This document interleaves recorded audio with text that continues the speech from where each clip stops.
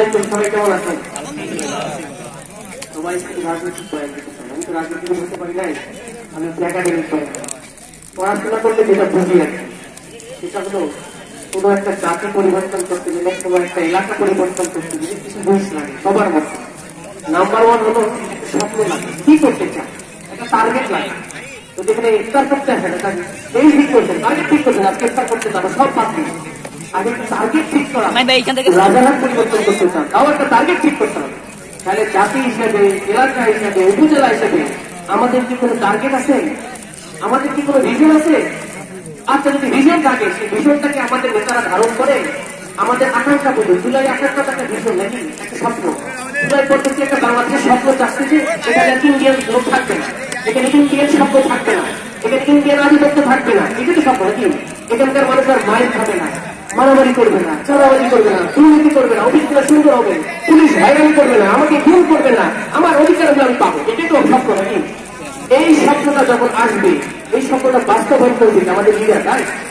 তাহলে আমাদের লিডার যদি এরকম না হয়, তাহলে টাকা দেবে। তাহলে আমাদের লিডাররা যদি এরকম না হয়, তাই এরকম হয়তো হবে, বানাইতে হবে, না হলে জোর করতে হবে যে আপনি কেন করতেছেন না।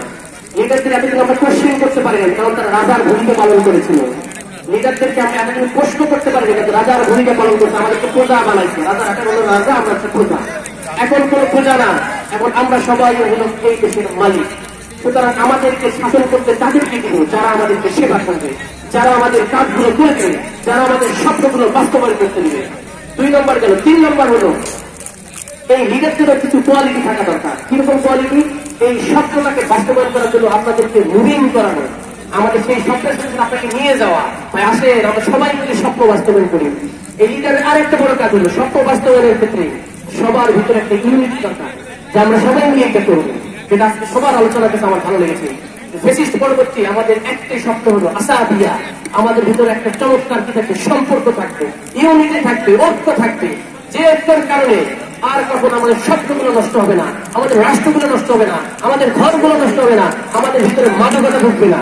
আপনারা দেখেছেন তো মাদকতা, আমি মাত্র আসলাম ফুলবাড়ি থেকে, এখানে নাকি ছাত্রদের 50% মাদকতার সাথে জড়িত। চিন্তা করা যায়, একটা এলাকার আয়ের যদি 50% যদি 50% যদি হয় মাদক থেকে আয় করে, এই এলাকায় কি ভালো হতে পারে?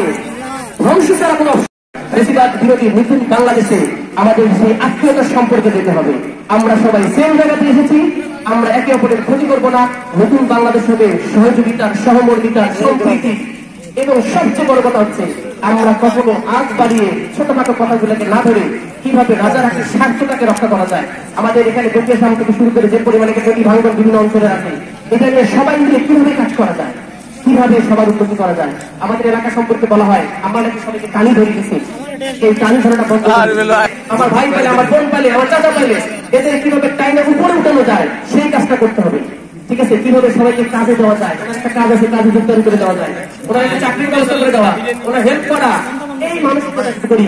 শেষ করে এই উদাহরণটা দিয়ে, যদি আমরা সবাই মিলে খেতে চাই তাহলে সবাই খেতে পারবো, আর যদি 4-5 জন খেতে চাই টানাটানি করে কেউ খেতে পারবো না। পাবলিকে যদি যাই দেখেন একটা মাংস দেওয়ার পরে সিরে উড়ে যায়, ওর সিরে উড়ে যায়, ওর সিরে উড়ে যায়, তাহলে সবাই কিন্তু খাইতে পারে। আর যদি একজনই সব খেয়ে ফেলে তাহলে কেউ খাইতে পারবে না, 1-2 জন খাবেন, বাকিরা পরিচিত হবে। আসেন, এখান থেকে একটা শিক্ষা হলো আমরা যদি কালেক্টিভলি রাজারহাটের আলহেরা ফাউন্ডেশনে যারা আমরা বসেছি চিন্তা করি যে আমরা সমাজ পরিবর্তন করতে চাই, চ্যালেঞ্জ সমাজ পরিবর্তন করতে 20টা লোক লাগে। চ্যালেঞ্জ বলো, আজকে আমার গ্রামের মসজিদে নামাজ হচ্ছিল, করতেছে, আমাদের মসজিদের অনুপ্রদান করলো। আমি চিন্তা করতেছি এই গ্রামের 200 লোক নামাজ পড়ছে, একটা লোককে আমি বিশ্বস্ত পাইলাম না যে এই লোকটাকে মসজিদের কেশিয়ার বানানো যায়। আমার কথা বুঝতে পারছেন এই সমাজের কোথায় চলে গেছে? আমি আপনি মধ্যে বলে গেলাম, আমার কিন্তু বিশ্বাস না করে যদি আমার নেতারা যদি এরকম হয় যে নেতা আমার চান্দাবাজ, আমার কাছে মিথ্যাবাদী করতেছে, প্রতারণা করতেছে, কেমনি সম্ভব? আপনারা প্রতারা, আমরা প্রতারক, একে অপরকে প্রতারণা করতেছে, এরকম কতদিন চলবে? আসেন, আমাদের প্রতারণা, আমাদের রমজান শিক্ষা দিচ্ছে, রমজান আজকে আমাদের ছবে কদরে গ্রেফতার করতে শেষ হলো। আসেন তওবা করি, ভালো হয়ে যায়। আর এইভাবে চলতে পারে না, তাহলে মসজিদ থেকে শুরু করে সব দেশে আমাদের ধ্বংস হয়ে যাবে। আল্লাহ আমাদেরকে ক্ষমা করুন। আলহেরা ফাউন্ডেশন আমাকে আহ্বান করেছেন, আমি ধন্যবাদ কৃতজ্ঞতা জানাচ্ছি। আলহেরার যে আলো ছড়াচ্ছে, হেরার আলো, আমি চাই সেই হেরার আলো রাজারহাট থেকে প্রতিটা প্রান্তরে ছড়িয়ে পড়ুক। বাংলার মানুষ এই হেরার আলোর কাছে, লাইটের কাছে আলোকিত হোক। নতুন বাংলাদেশে শুধু আলোকিত বাংলাদেশ হোক, যে বাংলাদেশ সবার, সব মানুষের। সকলকে ধন্যবাদ। ইনকিলাব জিন্দাবাদ, বাংলাদেশ জিন্দাবাদ। আসসালামু আলাইকুম।